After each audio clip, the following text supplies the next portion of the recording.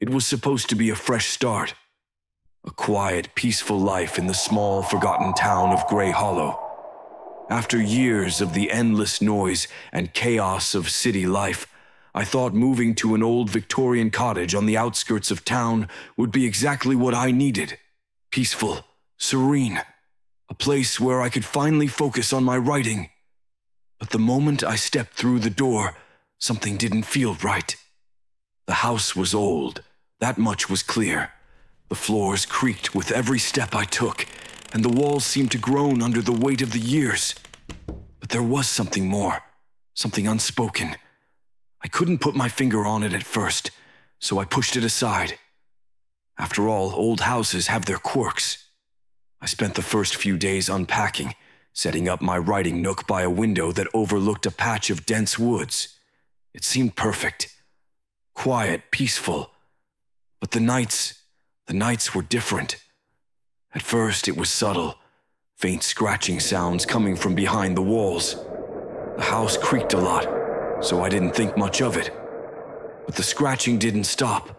It seemed to move, like something was trying to get my attention from within the walls. It happened every night, light at times, like tiny nails dragging across wood. Other times it was heavier, deliberate, and every time it stopped abruptly when I stood up to investigate. It's just the house, I told myself. But deep down, I couldn't shake the feeling that something or someone was there, watching, waiting. Then came the whispers. At first they were faint, drifting through the floorboards like a trick of the mind. But they got clearer, closer. Low, guttural voices. Voices that didn't belong to anyone in the house. One night, I woke up in the middle of a dream. The whispers were louder now, coming from all around me, crawling beneath my skin. Ethan. Ethan. I told myself it was stress, lack of sleep, but the whispers didn't stop. They grew louder, clearer, until I could hear them calling directly into my ear. Ethan, we've been waiting. One night I couldn't take it anymore. I grabbed a flashlight and started to search the house. Every room felt colder, the air heavy with something unseen. And then, I found it. Behind the wall in my study, near the window, a loose panel of wood caught my eye. Hidden by years of dust, barely noticeable. I pried it open with a crowbar. What I found wasn't what I expected. There, crouched in the darkness, was a figure.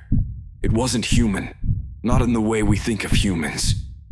Twisted limbs, pale skin stretched tight over bones, eyes black as coal. It sat perfectly still, its gaze locked onto me. It didn't blink, it didn't breathe. And then, the scratching started again. But this time, it was from behind me. I spun around. The room was empty, the figure was gone. But the whispers, they didn't stop.